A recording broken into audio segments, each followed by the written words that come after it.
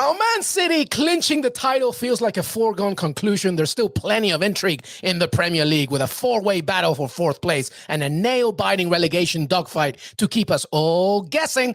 Over in the United Arab Emirates, Chelsea face Palmeiras for world domination. Two mammoth matchups in Serie A Catalan derby, and those are just the appetizers, my friends. And finally, I'm reunited with Heath Pierce and Jimmy Conrad. Qué Golazo weekend preview begins right now. Hey, everybody, welcome to Qué Golazo, Jimmy Conrad. I feel like I've just met you, my friend. How are you?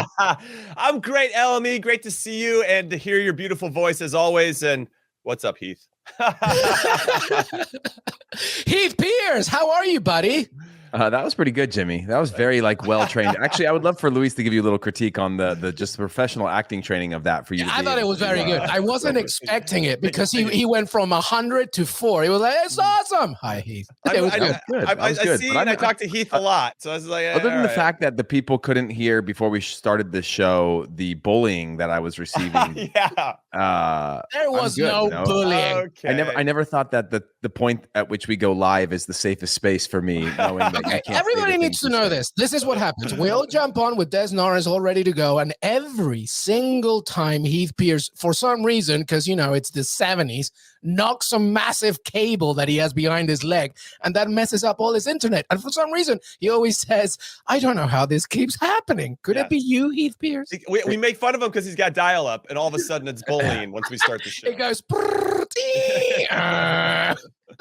I'm not saying another word till Luis does that sound again. It's like okay, now I can get back into the show now. But yeah, I honestly, guys, I'm looking down at it. Everything's just, there's no structural integrity or issues to the integrity of my structure here. But like, I keep having. We're still talking about the internet, right? That sounds like Tottenham and my back. All right. Welcome everybody to the weekend. See, this is why they don't let us do these anymore as often, because we get into just anything else. But welcome to the weekend preview, as obviously domestic competition returns. It's already returned, obviously midweek action, etc. But Heath Pierce, Jimmy Conrad, we're here to talk about it all: the Premier League, Serie A, and of course La Liga, and much more. And by the way, the Champions League returns next week, so I'm sure we're going to talk about it later on next week as well. But Jimmy and Heath, let's get things going. By the way, let's talk about the Premier League. By the way, disclaimer, we're recording this before Thursday's fixtures. Liverpool against Leicester and Wolves against Arsenal. Okay, so just a disclaimer on that. But we wanted to begin with kind of like a reset button, right? The winter break is done. Man City pretty much getting away with everything. Liverpool obviously being part of a two-horse race, albeit not a very tight one. I think the race for the top four, specifically that fourth spot, Jimmy Conrad, is really the main talking point. Sure. Tottenham and Manchester United dropping points midweek. West Ham, of course, taking advantage. I really wouldn't discount Wolves. I know that they haven't played Arsenal yet, but it's getting interesting for that fourth spot, Jimmy Conrad. It is, actually, and I'll start with Wolves. Only 19 goals scored in 22 games. Probably not good enough to get top four. I'm just going to throw that out there.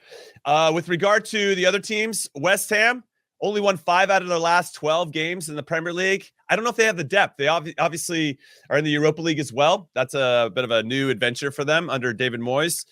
I think that's going to be a lot for them to juggle, and I don't know if they have the depth to manage that, even though Souček and Declan Rice, I think, are probably the two best holding midfielders potentially in the league. I don't know. Somebody wants to fight me on that. But when they're healthy and ready to go, they're very good.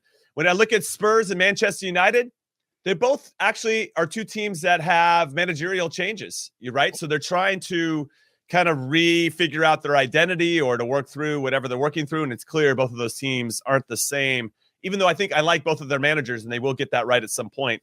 Well, I don't know if Rangnick's going to be in charge enough to make that right by the end of the season. So Arsenal kind of stand out for me. Also, they don't have any European competitions. They got bounced out of the FA Cup in the third round. They kind of have smooth sailing. Not to say that their schedule is easy. There's no easy games in the Premier League. But I do think they have a manager. They have an identity. They just got rid of Aubameyang, got rid of that situation. It's off their plate. I kind of like Arsenal to get fourth. And I know that Heath's going to be pretty excited that I had to say that, because usually I'm here to give some Arsenal slander, and I'm going the other direction. That's well said, Jimmy. Listen, I mean, the main thing that I look at when I look at the table is not so much the form, because if I went on current form, I don't really trust Spurs or Arsenal in that context. But what I do see is the games in hand. 3 games in hand for each. Obviously, Arsenal still to play Wolves, and that'll put them at 2 games in hand. But those games in hand, if used right, will just, even with decent results, still put you in front of West Ham in that 4th spot. For Manchester United, they have a game in hand. But I'm less just the fact that they only have a game, and the fact that I just don't see where the upside is with United still. I think that Spurs and Arsenal both have a better chance. And like Jimmy said, I think Arsenal have the clearest path if they can get those results just based on games in hand alone. But again, if it's just off of the start-stop nature of everyone, I just don't know if anyone's better than West Ham, other than the fact that they've got a little padding with some games to play. Yeah, the way that I do this, guys, is process of elimination. I'm trying to just figure out who has the biggest weaknesses, the more weaknesses, who's more vulnerable, and then you kind of eliminate. So to your points, both of your points, Arsenal, I think, given the games in hand, I'm a little worried about their lack of business in January, especially if you get some key injuries at the back. I mean, that could be, interesting to see. But I think they're well managed enough by Mikel Arteta to make a run. Tottenham, I have got no idea, man. Like, they lose to Southampton 3-2. They do that amazing win before that. I don't know yet. They're like Antonio Conte. They're chaotic. So I really don't know what to make of them. Wolves, to your point, Jimmy, I think the points are not enough right there. West Ham, Jimmy, are they really better than Spurs, United, and Arsenal? Do you think they could do this? Obviously, the Kurt Zuma situation doesn't help, I guess. We're not going to get too much into it. You already know what's going on. It's more about really how much West Ham can do here, because they are the ones right now in 4th place. I think every West Ham fan right now is screaming at us saying, hey, we're the ones in the Champions League spot. What say you? No, I understand that and I respect it. But when I look at David Moyes overall over his career, over 20 years managing in the top flight, whether it's in Spain or wherever else he went, which is crazy actually that David Moyes was in Spain. I know, that's really weird actually. But he's as gringo gets, I think. But he's only finished in the top 4 once in over 20 years of managing. And not to say that he can't do it, not that he doesn't have the collection of players, but when you have to balance the Europa League, I do think that's going to matter. And they're trying to balance and have success in multiple competitions. I just think there's going to be a natural drop-off. It's just hard to be able to focus. Okay, wait, what competition are we in? The top clubs have to deal with this a lot, but they also have a lot of money to spend. There's a part of me, though, I'm going to pivot to Manchester United, because there's a part of me that thinks if Rangnick can get this figured out, and he is slowly, and I think that United fans just lack patience, and they want that. Thomas Tuchel, I think, did a disservice to any manager taking over because he took over a Chelsea team last year where Frank Lampard said this team isn't good enough to win trophies. Then he came in, and now he's in his 5th final because they're in the FIFA Club World Cup final as well, wins the Champions League. Now that's like the measuring stick. See, somebody can come in midseason and lead you to trophies. And that might be a little unfair to certain managers that are taking over. Rangnick's come in and actually established an identity where the 12 games prior to Rangnick taking over, when Ole Gunnar was still there, they gave up 24 goals in 12 games. The defense was all over the place. Yeah. In those 12 games since, when Rangnick's take over, they've only given up 9. And that's with Harry Maguire playing pretty poorly, their defense playing pretty poorly, probably relying on De Gea to make some world-class saves as always. And their schedule is a little bit easier. In fairness to Ole Gunnar a little bit, the schedule is a little bit easier in these last 12 games.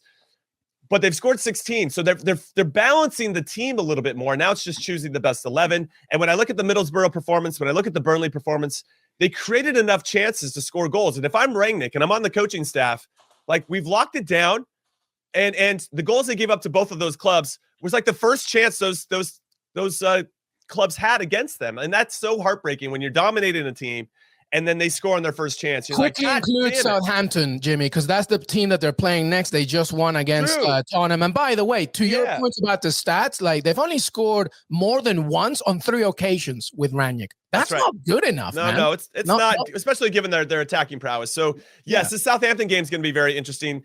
I don't feel like they're as dangerous at Old Trafford as they used to be. I think we've talked about that before, but I'm not completely off the train of Manchester United. I think they're a couple run of games in, and maybe they can put some pressure and maybe sneak into the top 4, but it feels like they lack a little bit of identity. Yeah, the rebuttal that I have to that is just that the team is still built around Ronaldo, and Ronaldo's not scoring, right? So you're not scoring a ton of goals. You're giving up less goals, but you just went through that, Jimmy, that they're giving, like, if you were to put all of what you said into some sort of formation or foundation, it's hard to find that foundation, right? You talked about a back line that's not playing well, but somehow they're not giving up as many goals. Yeah. On the front end, you have Ronaldo, who's not scoring, but is still sort of the mainstay within that team. And how do you build your 11, which you mentioned as well? I think all of those make it hard for me to sort of put that into some sort of package where you go, oh yeah, the results start to look consistent from here on out.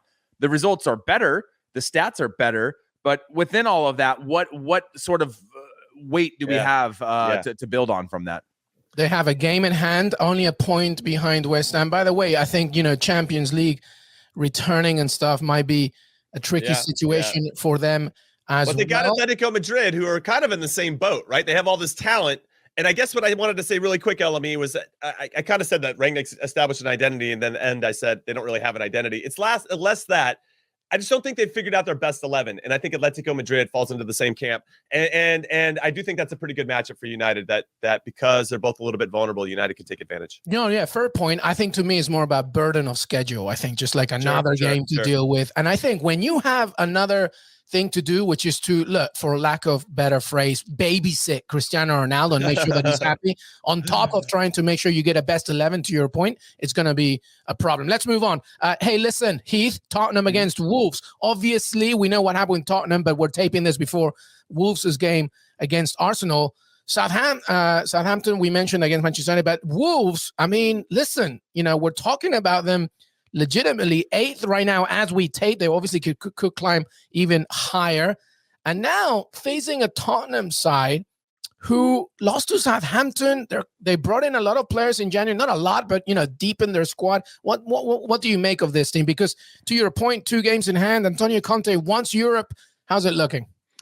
Yeah, this Wolves team are hard for teams to approach because they don't score a ton of goals, but they don't give up a lot of goals, right? And that is very hard when you're a big team or a small team trying to figure out how it is you are going to break them down. Obviously, Spurs in their last game had 2 leads and gave them up. I think that's very problematic in terms of staying in games. Obviously, we saw that with your Aston Villa as well. But Spurs had the leads. They're scoring the goals. They're creating the chances, and they need to be able to just close out those games. And I know that's a common theme also that I know you're feeling inside of you with Villa, Luis, of knowing that you're creating a lot of chances. You've got the quality. You've got the players. You've actually got the buy-in on the system at the moment with the players that you have. You've shipped out a couple players in the winter, and now they need to be able to close out those games. And just like anyone, it's like when the front is working, the back is not working. And I think it continues to be an issue, the vulnerability of the back line of Spurs, that if they can shore that up, and it's not for a lack of quote unquote quality, because that same back line has done the job in the past. That same back line has been more confident and more shored up in the past, that if they can do that, then yeah, they should be able to take care of Wolves. And I think, legitimately be a top 4 contender.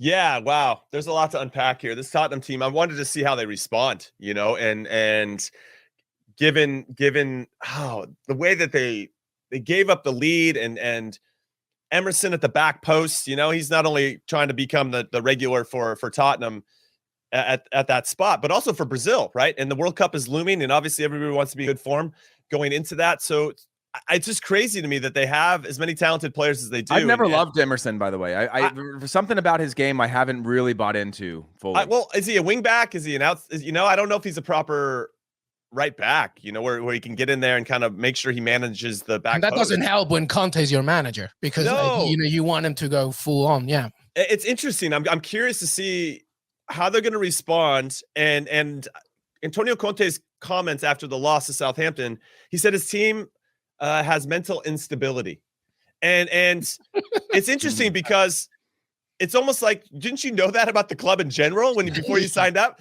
Like, it doesn't matter. It's our motto on the wall. Well, isn't that also what it means when you're ahead and then you give up goals and you lose? Isn't that the actual? Isn't that the way that you would like paint the picture of mental instability? Is like, hey, you've got it in your hand, and it's not in your hand anymore. What happened? I'm curious to, how does Antonio Conte deal with that in training? How does he deal with that in managing his players? How are they going to respond? This is a tough one for Wolves, because I think that Spurs, especially at home, are going to want to come out and set the tone right away. So if I'm looking at it from a betting perspective, I think that Spurs will win. I think it'll be under 2.5 goals. I think it'll be really tight. And I think Spurs are going to look to get an early goal and just kind of sit in a little bit. because I think they fear that when they stretch or if they try to play, and Conte also said that when he was really upset with how they were managing the ball. But that first 20 minutes of the Southampton game, I was like, these guys look unbelievable because the press was very good. They were making good, quick decisions on the ball. And then when Southampton scored, their heads went down because Ben Davies did the Steven Gerrard and slipped. Sorry, Liverpool fans, I just gave Steven Gerrard a shot from nowhere. That was uncalled for. But but their heads went down, and you could see it. And that just takes time to eliminate that type of mentality where you can just regain control of the game. And I thought Spurs really struggled with that. Once Southampton got a grip of it, they were pretty much in complete control for a while, and Spurs can never regain that. And I think that's a hallmark of a good team. Sure, every 5-10 minutes of a half, maybe a lesser team will have control, but you're always kind of there, and you know that when it's time to like hit a switch, you can do it. And I don't think Spurs have that right now. Is it due to personnel? Is it due to this mental instability of just the team overall? Probably a mix of everything, and obviously trying to implement everything that Antonio Conte wants to do. So it's a mixed bag, but I do think they're going to respond here, and they need to respond if they really do want to get into that top 4 spot. All right, well, let's get really quick on the predictions then here. Obviously, it's going to be hard because Leicester City hosts West Ham. We're taping this before Leicester's game against Liverpool. And Brendan Rodgers really, he knows it. It's not a shocker. You know, he's under a little bit of pressure here with Leicester City. It's not going too well. But very quickly, Jimmy, United, Southampton, what do you see there? I think that United will be up for it. I think that they've dropped some points, obviously getting knocked out of the FA Cup. I think that Ronaldo will start, and I always like him to score the first or last goal. That is like plus 175. I think Southampton feel fortunate. They were in a good spot, and Broja's an excellent player. He'll probably be back at Chelsea next season, which kind of makes me a little worried about Christian Pulisic. You know what? That's a conversation for another time. So I like United to win that one. Heath? Yeah, I like United as well. I'm going to go with United win. I don't really have a particular score. Yeah. Ralph Hasenhüttl has been doing some good things, by the way. Southampton are, to this point, right now, top half of the table, but I'm going with, I think United finally figure it out in this one. Very quick prediction on Tottenham Wolves there, Heath Pierce. I'm going to go Spurs 1-0, like Jimmy said. I think he talked me into that result. Again, playing into the fact that Wolves, pretty low-scoring games, and Spurs at home. So I'm going to go with 1-0 for Spurs.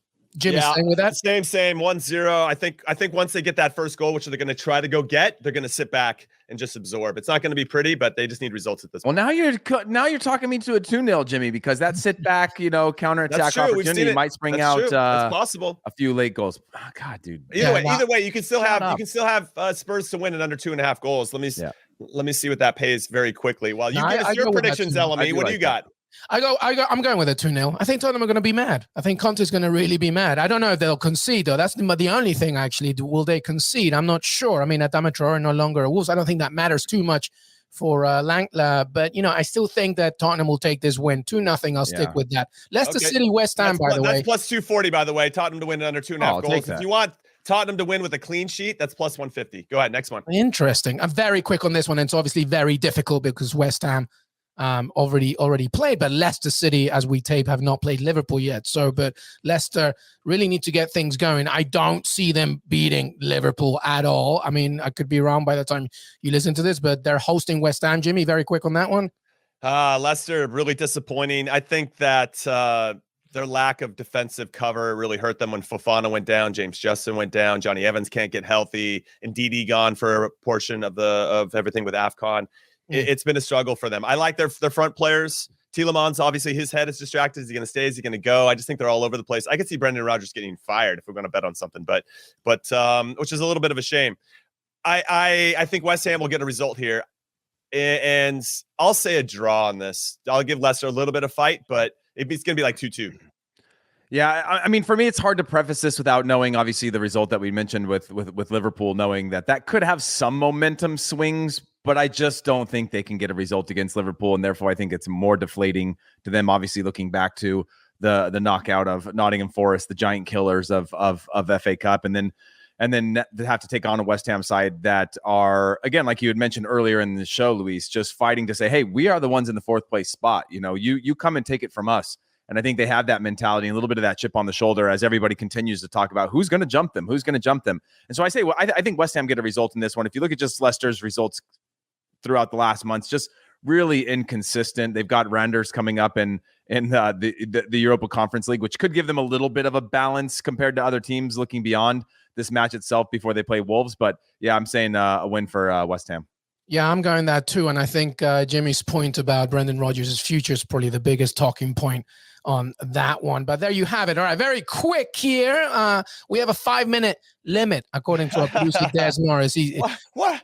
It's because we went on and on about the internet issues that Heath Pierce always suffers. But we're going to talk about the relegation battle. Des Norris, let's show that on the screen. Newcastle and Norwich finding some form, specifically Newcastle United, possibly coming off their most important transfer window in modern time, because they really don't just want to strengthen the future, but stay in the Premier League. They finally got out of the relegation zone since September, by the way.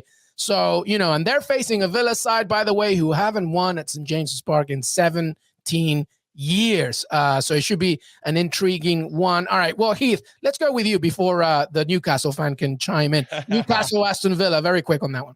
Yeah. I mean, just thinking about Newcastle in general, I think they're going to stay safe in the Premier League. Yes. I think that people underestimate the power of the fact that they're coming off of back-to-back victories. And I think that's huge when you're in those trenches and you realize, oh, we got to win. That's great. And then you go, oh, we got another. That's a rally for the players there. And I think when you go against that, going back to the point against Watford, you go, oh, well, I mean, that's not that great of a result considering the position that they're in. But then to go into 2 huge wins there, I think it's amazing for them. They've also got Brentford coming up and Palace as well in the upcoming schedule. So I think that upcoming schedule, yes, that means they're secured in the Premier League with the form that they have. Against Aston Villa, I'm not sure. Aston Villa very good, obviously giving up the leads. I think there's a little bit problematic of very good in the attack, as I mentioned already, not so great defensively in key moments. But this Newcastle side, this is going to be a challenge for both of them. But I do think that Newcastle Aston Villa, sorry, Jimmy, that came out a little too quick, are the better team in this one, and that it's going to be a draw because Aston Villa never won at Newcastle ever. And Newcastle actually have only lost, I think, 1-7 their last 7. I appreciate you went right into that game because Newcastle only lost once in their last 7 at home in St. James's Park, and that was to Manchester City. So that's it's not too bad. And they're unbeaten in their last 4 in the Premier League. I like Newcastle to stay up, even though I'm a Newcastle supporter, so I'm speaking with heavy bias. I'm only crying tears of oil right now, not tears of sadness. So I think things are on the up and up. And we got Bruno Guimaraes, who should get the start in this one. I want to see how he does, trying to manage Coutinho, who has been next level for Aston Villa. With regard to the bottom 3 in general, I could see it staying how it is currently. You got Burnley, Watford, and Norwich. That said, Brentford is only 5 points away or 6 points away from Norwich. Norwich has a little something. Dean Smith is he's pressing the right button. Norwich have to play Liverpool twice, one in the cup, and they also have to play Man City. And then they actually have that little window where they play, I think it's Brentford and Leeds. Guys, I'm actually really surprised neither of you have mentioned Everton. I think they're a bigger issue. Frank Lampard has a job to do in this one as well. Fair. He does. But the talent yeah, they exactly. have is it's insane. just so hard to wrap your head around that as well. But you're not wrong, and it definitely warrants. It's kind of like the West Ham argument, where all we do is talk about the teams around West Ham. The talk should be about Everton, but it's just so hard to wrap your head around this idea of Everton being in the trouble that they are with the talent that they have. But I agree with Jimmy. I think the bottom 3 staying as it is, because I think Norwich's job is just too hard, and Dean Smith should stay in the championship with this team as well, because he can get them back up. But quickly, Jimmy, on these games, give me your quick prediction on Newcastle, Villa, and then we move into Everton, Leeds, and then we'll keep going there. I'm going to say at a minimum a draw, and I'm hoping. So my head says a draw, my heart says a win. I just, because this Coutinho guy is a different gravy. Where did they get this guy? This is Coutinho from 5, 6, 7 years ago when he was playing for Liverpool. He just looks super comfortable. They seem to be playing off of him very well, and when he's playing with confidence, he is world class. Yeah. I told you so as well. I'm going with the draw there, as I already mentioned. But yeah, I just wanted to mention Coutinho. I mean, I thought this was going to happen with Gareth Bale for 7 years, and it didn't. But Coutinho, instantly, you just go, yeah, I was just in the wrong place. People didn't care about me. Nobody gave me a hug. Look how good I am. Yeah. By the way, Jacob Ramsey as well. What a player! 20 years old, already. Quite the star. All right, listen. So let's just quickly, before we take a break, Club World Cup. Chelsea against Palmeiras. Chelsea against Palmeiras. I was talking earlier today on HQ about how, obviously, when you go to England and stuff, by the way, the Club World Cup, they don't care, obviously, okay? But it does matter to Roman Abramovich. He wants this title. And also, this matters a lot to Romelu Lukaku, Jimmy Conrad. I feel like this is just a good chance for him to get back into confidence mode, because he is reportedly, Abramovich, losing his patience with Lukaku, and he will always side with Thomas Tuchel. So very quickly on this one, Chelsea against Palmeiras, they lost in 2012. That's right. To Corinthians, the winning goal, Paulo Guerrero. So they have some revenge against the Brazilian club. Now, Palmeiras has never actually won the FIFA Club World Cup, so it would be a very big deal for them. I know that Chelsea didn't play well against Al Hilal, but they got the results, kind of Thomas Tuchel-esque, as we mentioned before. This is his fifth final with the club. Lukaku did get the winner, and I think it would be very important for him to win this trophy, no matter how much you rate how important it is. It's like winning the Community Shield. When you win it, you're like, it's a big deal. But when you don't, you're like, it's a Community Shield. Wow. So, this is going to be an interesting one. I know that the Al Hilal coach, Leonardo Jardim, who used to coach Monaco to great success, was kind of pissed because the smaller clubs have to play an extra game. The other ones get to sit and wait in the semis. He didn't feel like that was fair. And I think he makes a very good point. But conversation for another time. I think that Chelsea's experience, because they've only got 90 minutes now to win a trophy, I do think that matters. I think Palmeiras will put in a good fight, just like we saw with Tigres last year. But it's not going to be enough. I think the quality of Chelsea should shine through. And I think the fine margins will lean towards Chelsea. And I think they're going to be well organized. And we'll probably grind out another 1-0 result.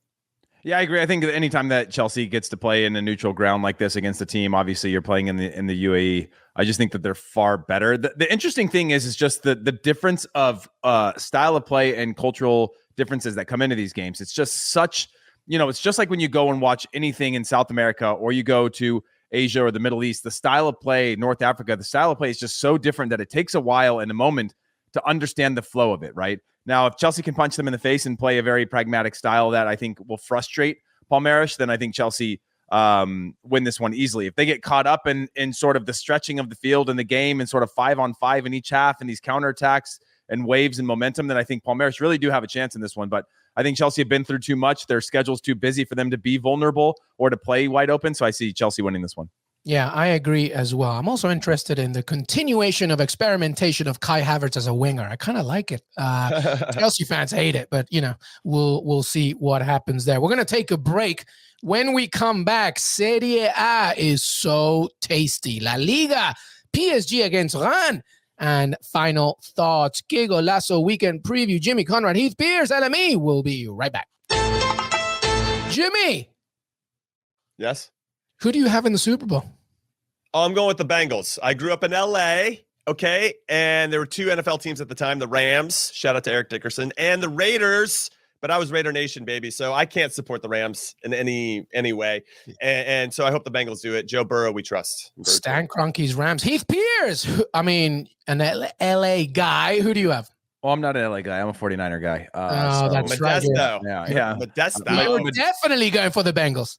Yes, I'm going for the Bengals. Also, I saw the Conan O'Brien tweet about, I wonder how many Rams fans will be willing to travel this far to support their team at the Super Bowl in LA this year. It was kind of funny. That's very good. I'm going Bengals, yeah. That can also be said to Man City fans as well. Sorry about that, but that's very true. But here's our plug, everybody. The Early Edge is your go-to source for all things gambling ahead of Bengals Rams. Sportsline's top handicappers are going live every day to bring you information about the latest line movement and bring you their favorite picks and props. Jonathan Coachman, Larry Hartstein are live in LA Monday through Friday every morning on CBS Sports HQ and on YouTube at 11 a.m. Eastern. The crew will be going live 2 hours before kickoff to dish out and recap all their favorite bets given throughout the week. And finally, on Sunday, join the Early Edge watch party as our guys give live betting analysis and up-to-date in-game wagers. I'm also going Bengals. I want to see the whole United States eating chili at the end of that one as well. Joe Burrow and his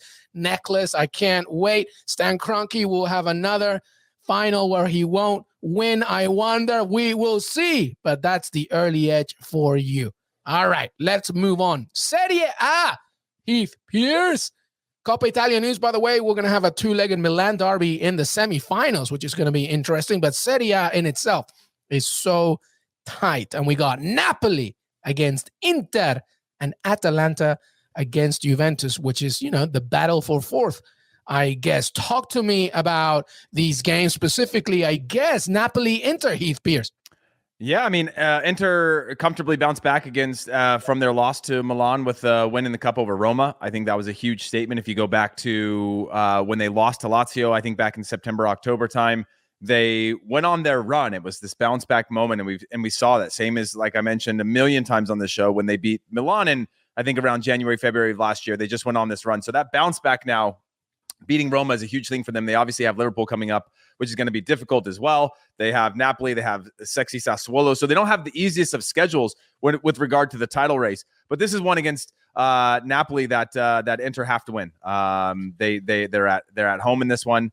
Again, like I said, this is the momentum swinger for them. If they want to be the legitimate title winner, and I still think that they are the best team in the league, they have to be able to beat Napoli. Having said that, I don't think it's going to be that easy. I think Napoli are sort of treated as the West Ham, so to speak, of this league, in terms of getting the respect of continuing to go punch for punch with everybody, while we talk about, will AC Milan win the title? Will Inter Milan win the title? And Napoli's just sort of sticking around. So that's going to be a difficult one. I can see this one ending in a draw, almost like a fair little handshake, knowing that they could split points here and take their talents and energies to take on the rest of the league to fight for the title race.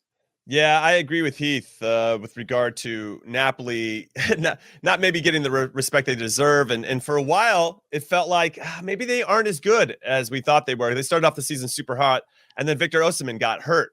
Now he's back, and he just scored against Venezia in the last game, started and scored. It's not like he came off the bench and they're easing him back in. He started, he's back out there, and he makes their attack so much more dangerous. No Chucky though. No Chucky, I get that, but conversely, let's use Atalanta, who just lost Duvan Zapata for 3 months.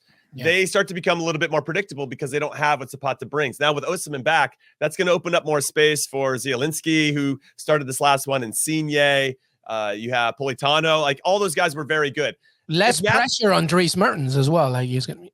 That's exactly right. And then when Koulibaly comes back, right, because he just helped Senegal win an AFCON, they start to get back to the team that only gave up, 3 goals in their first 10 or something crazy, some crazy defensive stat where they were unbelievable defensively. And that's what's going to keep them in the conversation. So obviously getting a good result against Inter Milan, who Alexis Sanchez looks like, what? He's like Coutinho. Like, what are these guys doing? You're supposed to be good 10 years ago. And he scored an absolute peach of a goal against Roma. And I like this Inter team because they're not just 11 deep. They have 14, 15, 16 guys that they can count on to make a good run. And when Robin Gosens gets healthy, which was a really smart purchase, I thought, for the left side of their team from Atalanta, they're going to be even more dangerous and even more balanced. So I could see a draw here. I could see them splitting the points, and no one would be surprised, I think, if we saw a 1-1.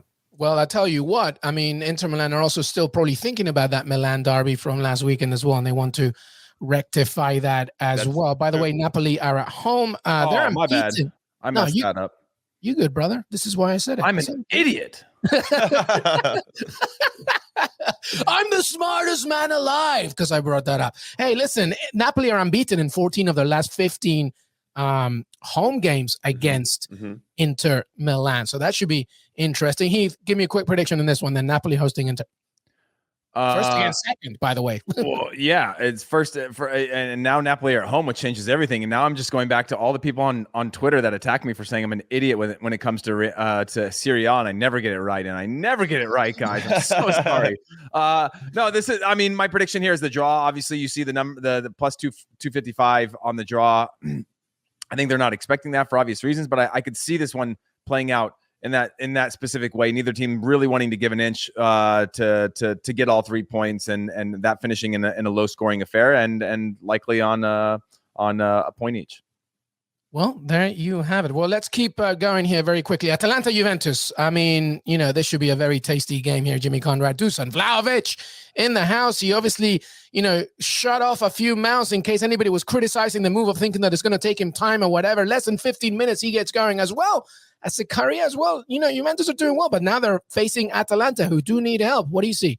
Yeah, I'll start with Atalanta. Fantastic. The best away record in Serie A. 9 wins, 3 draws, 0 losses. That's next level. But at home, only 3 wins, 4 draws, and 4 losses. Just not the same gravy when they play at home. Now, as I mentioned before, Devon Zapata being out, I think that makes them a little bit more predictable. They're coming off a home loss this last weekend against Cagliari, who that helped Cagliari get out of the relegation zone. So maybe lacking that little bit of urgency in some capacity to have to fight for every single ball for whatever reason. I love Gasperini. I think he's a terrific manager.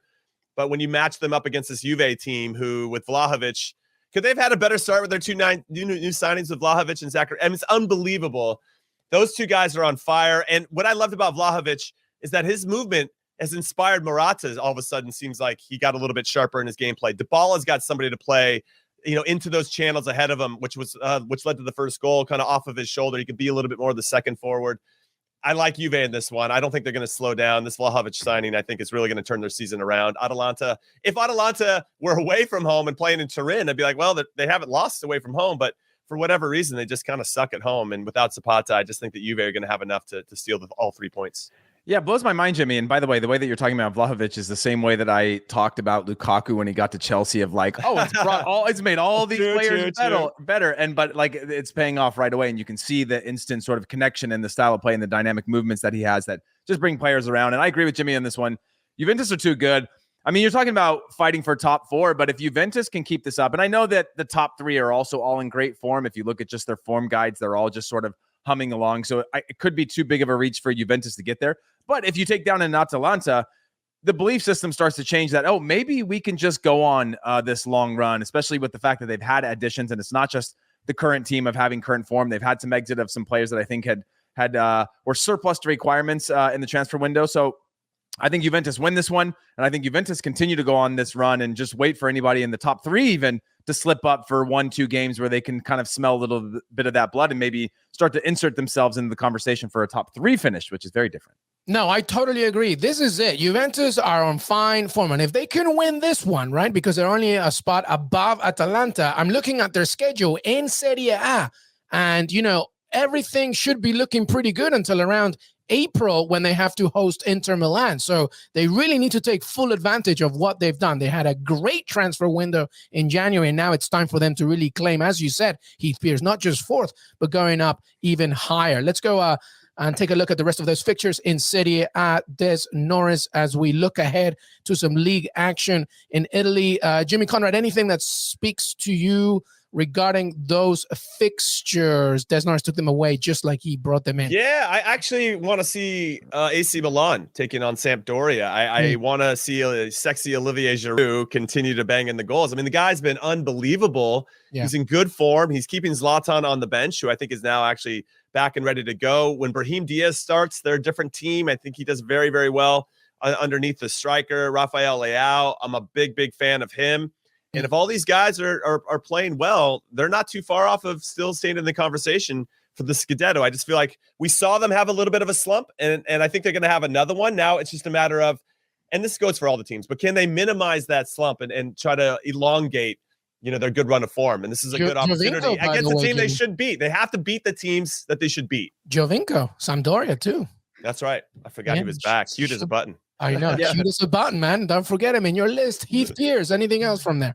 Yeah, the team that I've got my eye on, or the match that I've got my eye on, is Sassuolo Roma. Sassuolo being those giant killers that we've seen in the past, and Roma just continuing to sort of linger. And when I think about that, I think about just the standards that Jose Mourinho has set there. They're in a bad run of form right now. I believe, losing 2 of their last 3, winless, and I believe their last 3. I could be wrong on that, but just seeing that matchup, knowing that Roma, currently sitting 7th, can continue to fall down further down the table if they're not able to get a result in this one. And so I just look at this and I go, while we all got caught up in Milan, Inter, and we're caught up now in the weekend's games of Napoli against Inter and Atalanta, Juve, there's this other thing happening in the league, and Jose Mourinho's there, and it feels like it's bubbling on disaster. Yeah, it is indeed. And I won't even read what Maria said in the locker room after the Inter defeat, but you kind of get the gist. So we'll see what happens there. And by the way, all these games on Paramount Plus, make sure that you subscribe for your 7-day free trial. So much action, and it's on Paramount Plus. And by the way, I talked to Christoph Piatek this week, Fiorentina's new striker, the replacement of Dusan Vlahovic as well. Check it out on our YouTube channel. He's great. He was also talking about how bad Matty Cash's Polish is, but it's okay. We'll get to that. Luis, let me ask you a question on that real quick because I haven't had a chance to listen to it. Did he talk about filling big shoes? I mean, it just seems like the pressures of that. I mean, listen, he knows what he's coming into, but he's not even thinking about that. He's thinking more about, because he's focusing a lot on how he built so much confidence from his Genoa days. Mm-hmm. You know, he knows the league. He's exactly what you expect of a 26-year-old Polish striker who usually talks almost every day with Robert Lewandowski. He's very level-headed, and I'm excited to see how he does here, but it is big shoes to fill. I mean, Dusan Vlahovic, no sane fan of Fiorentina can expect that he will be exactly what Dusan Vlahovic was doing, but as long as they can continue to create and build up the table to get a European spot, we'll see what happens. All right, let's move to Spain. La Liga, Jimmy Conrad. La Liga. Yeah. I Liga, Jimmy Conrad. I Liga, do you think? Or maybe not. Do you think, are we done? Is Barcelona keep climbing? Real Madrid, do they have it? Atleti, you mentioned early. There's a Catalan derby, of course. There's Espanyol, host Barcelona. It's called the Spotify Camp Nou now, isn't it? Is that what it is, Jimmy? Yeah, I mean, you got to do what you got to do to pay the bills. I think Real Madrid sold their soul maybe a long time ago, but you got to fund those stadiums, right? And you got to sign those players, those Galacticos. And we can see it with Barcelona, maybe going against maybe their DNA, getting an Aubameyang and Traore, even though he came through the Barcelona academy system, signing Ferran Torres. It's interesting what they're doing, and maybe not exactly the way that Xavi would like to go about it, bringing back Dani Alves as well. But they have to figure out a way to get in the top four. They have to be in the Champions League. They have to be back to what Barcelona and the fans expect. And some interesting moves. I think they're going to have enough quality. I thought they looked very good against Atletico Madrid last week, scoring 4 goals, much to, I'm sure, the delight of many people against a team in Atleti that should be better defensively, and they're just not. Xavi's biggest win with Barcelona so far, I think. And it was an important win too, right? Coming out of an international break, and you got these new signings, and how do you get everybody working together? And obviously, you got some really talented youngsters, and Pedri and Gabi and Abdi, and then you got this Ousmane Dembele situation. He's probably going to now leave in the summer, but I don't know. Aubameyang was one of his buddies at Borussia Dortmund. I don't know. There's a lot of potential positive energy there that I think Xavi can mine and use to great effect. Now, everybody gets a playlist, Jimmy. Everybody. I know, and maybe Joe Rogan will be the coach at some point. I don't even know. Different conversation. But what I'll say is, when Xavi took over, they played Espanyol pretty early on in his tenure, and Barcelona won 1-0. But Raul de Tomas, I think he hit 2 off the crossbar. Like, they got very lucky to beat Espanyol in that game. I remember it very clearly because I'm like, man. That's a great debut. I mean, you got the 3 points, but a little bit nervy. Espanyol, I think, will be up for it, but I think with these additions and now with Xavi being able to put his fingerprints on the team a little bit more, I think Barcelona's going to have too much quality. I agree. And by the way, guys, before I give my take on it, you guys are both funny people, and I never given you credit for that. You guys are both pretty funny. You're funny. You're funny. Your timing, your delivery. I know you're both professionally trained as well, which gives me even more warmth to tell you this stuff. But no, this is. It seems like a small deal in the context of what Barcelona are going through, but obviously these local derbies are hugely important for the pride, for the history. And when you go off of that win, as Jimmy mentioned, the most comprehensive win that they've had. One of those ones that we on the outside go, oh, wow, that first half against Atletico, best half that we've seen so far. And they grind out against a result against Atletico Madrid. But you could see the energy shift on the players that it felt like their first team win, right? That it wasn't just a couple of guys having to have star moments. And then you take that to your local derby, and I think that's a real responding and bounce back moment where you're starting to almost see in real time the buy-in into the club, and you haven't even rolled out your best player, or not quote unquote your best players, your new incoming players yet. So I think, there's a lot of opportunity there. I think Barcelona get the win in this one as well. By the way, Barcelona 2 points behind Real Betis, and they have a game in hand. So, they could keep climbing up the table. Similar situation to Juventus, where, things are kind of looking good for them, partly thanks to January and partly thanks because they're figuring things out. Espanyol have suffered 101 defeats in their 173 matches against Barcelona. That's a fun fact. When you put it like that, it's kind of... Anyway, what else we got going on? Villarreal against Real Madrid. By the way, keep your eyes peeled on our YouTube channel because I had a great chat with Arnaut Danjuma by the way. Really great chat with him. He's quite a player, quite a character, quite a person. And one of the other fixtures, by the way, Des Norris, in La Liga as we look ahead, because I keep asking, Liga, Real Madrid, are they done with this? But can we get tighter? Anything there, Jimmy, that's speaking to you? I presume you're going with Cholo. Well, I want to say Cholo because I'm frustrated with them, and I could go off on a 10-minute rant. Nobody needs that. We all know that I'm frustrated with Atletico Madrid and Diego Simeone, and I have friends that support the club that say Diego Simeone is washed.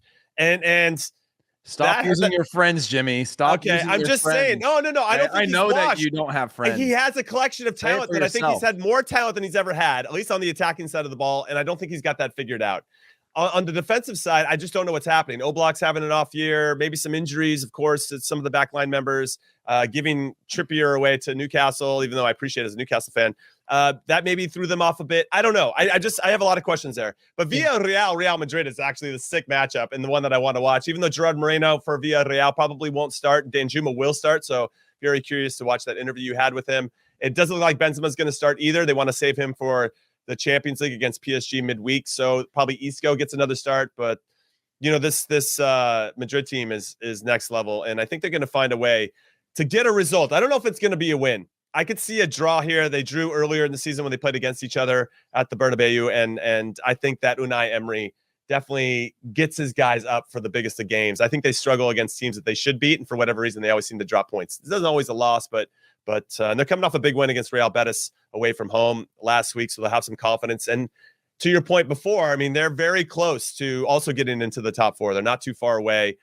But I see a draw here between two very good clubs. Yeah, part of that conversation with Anjuma, I asked him about Unai Emery, and he could not say nicer things. Like, he's such a big fan of what Emery does as a manager and as a mentor, et cetera, et cetera. So watch out for that. By the way, as I mentioned earlier, Champions League returns, and Real Madrid, who we were just talking about, that Jimmy brought up against that game against Villarreal, they face PSG. This is going to be clearly the marquee game as we return to the Champions League. And PSG, I was watching Chiringuito, guys, this week, and Real Madrid fans are like kind of nervous. They're pretty nervous. So obviously, the Mbappé thing, if it's going to happen or not, but also just their whole concept about the Galactico and are they really back? Are they really good? So it's interesting to see. And PSG, Heath, who are facing Rennes this weekend, a little tune-up ahead of the Champions League. How do you see PSG, Heath, so far? I mean, I read that Neymar's back in training, whatever that means for the team, which is great for them. Probably won't be obviously here at the weekend against Rennes, but certainly brings a little bit of that hype back to the Champions League. Could he feature? When you think about your super subs or a player that could destroy you in the final quarter of an hour, somebody that brings something different to the game, I certainly think there's reason to be nervous there. PSG against Rennes, it's a good tune-up. Rennes are a very good side. But PSG, again, I don't really see the issues that they're having that we talk about on the grander scale within the league itself. I think they're pretty well comfortable there and know how to get the results. It's just a matter of now the problems that they have are always when their best attacking team is fit, because you talk about United 11, you talk about other teams 11. The biggest issue for PSG is always going to be the 11, because there is no rhythm when their best players are around. So while I think there's a nervousness when Neymar comes back, it also should be a welcome sign if you're a team having to face them in the Champions League, just because of the fact that, they've got star powers, they got X factors that can do anything at any time. But as a team, as a cohesion, they're just very, very vulnerable still. And I think we had hoped when we saw all the signings come in that by February they would have figured that out. But because of the rotating drama of Mbappe news or injuries and rotation of the squad, we haven't really seen a best 11 come out of this team yet. Or if we have, we know that how difficult it is to actually put out your best 11, knowing that to do that, you might be disappointing a couple of the biggest stars in the game, as well as the history of the game.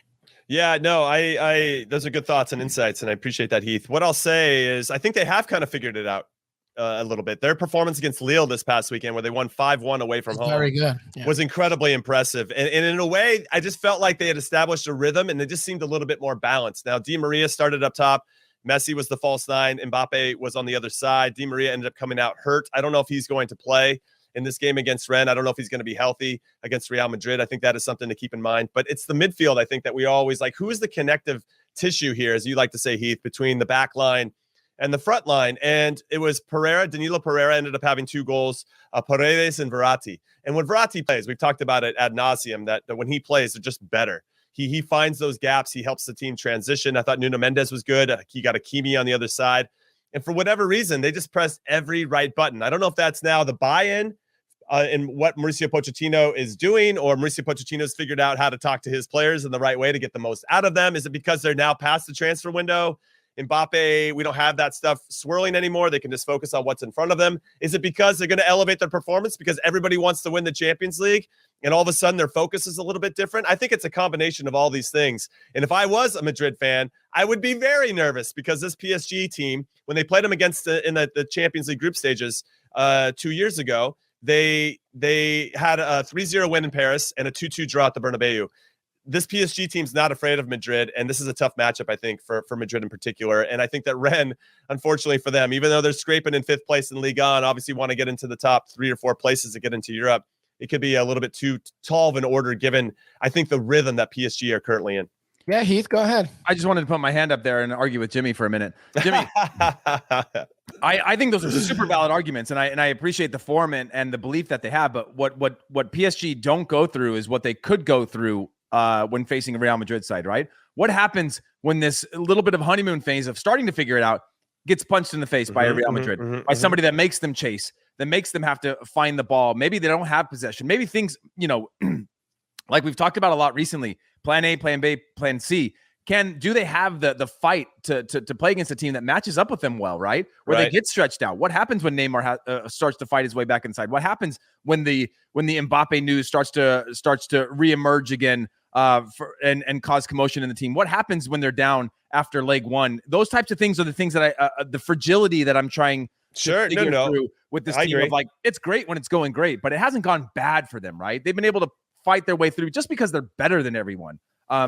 Just so far better than everyone that they can get results consistently. Now, if a team can come up and get a goal against them or open them up or frustrate them in a way where we saw earlier on in the season where they're not creating a lot of chances, they don't seem on the same page. That's what I'm wondering is this a strong foundation? Because they definitely got the quality, right? No. Is there some cracks in that and some fragility that we might face against the Real Madrid side? I'm trying to play the I get it, but when you look in, I know we're gonna preview this game, coming up. But I will say when we look at the group stages, they only lost once, and it was in Manchester 2-1. But I thought we saw some cracks. RB Leipzig actually got at them. At both games. It was a 2-2 in Germany, and it was a 3-2 where Leipzig was actually up 2-1 in Paris, and then PSG came back. So yes, there are some vulnerabilities there. I guess I'm just trying to see the sunny side of things, and they looked incredibly good against Lille, the best I've seen them perform in almost every single position, and I just don't know what it is outside of the points that I already mentioned, or maybe just a connection of that. But I think this team will elevate their performance in the Champions League, and Madrid's got to be bummed that they had to match up with PSG in the round of 16. The only 2 factors that I will go back to is that before Christmas, all that we said was just get to the round of 16. Just get there. You're going to struggle because I agree with Jimmy. We have seen cracks with PSG already. Get to the round of 16. And the other factor is, which I think is more important, is that, Messi obviously is playing well against Lille, whatever, but it's not him anymore that's the focal point. It's Kylian Mbappe's, technique and factor in a game. It's Angel Di Maria when it's at the back. It's obviously in the midfield. And when that happens, then Pochettino has a recipe for success. And that's why I think, going back to the Chiringuito thing, Madrid fans are nervous because they're like, it's no longer about, Messi. It's everybody else. Right. So this should be a very intriguing game, of course, and a tune-up against Rennes. All right, well, this is it. That's the end of our weekend preview. Final thoughts always end with final thoughts. I mean, Heath is calling Jimmy and I very funny. I could, end with a joke, maybe an impersonation. I don't know. We'll see what happens. But Heath, here's final thoughts, my friend.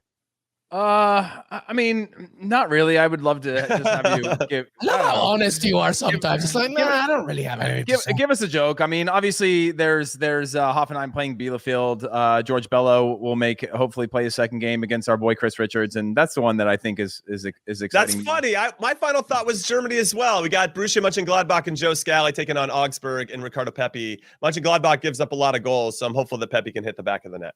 I love it. I don't have anything. I don't have the only thing I Tell us a joke. Tell us a joke. Now, tell you a joke. All right. Yeah, you're on the spot. The Pulp Fiction joke. Ready? Papa Tomato, Mama Tomato walking down the street, and little baby Tomato just lagging behind. And Mama Tomato gets really angry, goes back and just like squishes him and goes, ketchup. Ketchup. You know what? I got one for you. You know why? You know why witches can't have babies? Why? Because their husbands have Halloweenies. Thanks for having me. Thanks for having me. Don't forget to. We are ending it on that. Qué Golazo pod on Twitter, youtube.com/Qué Golazo. You can listen to it anywhere you listen to your pods. Thank you so much for being part of the family. We're nearly there to 10,000 subscribers. Heath Pierce, thank you, brother. Thanks for having me. Jimmy Conrad's left, and he should George. There he is.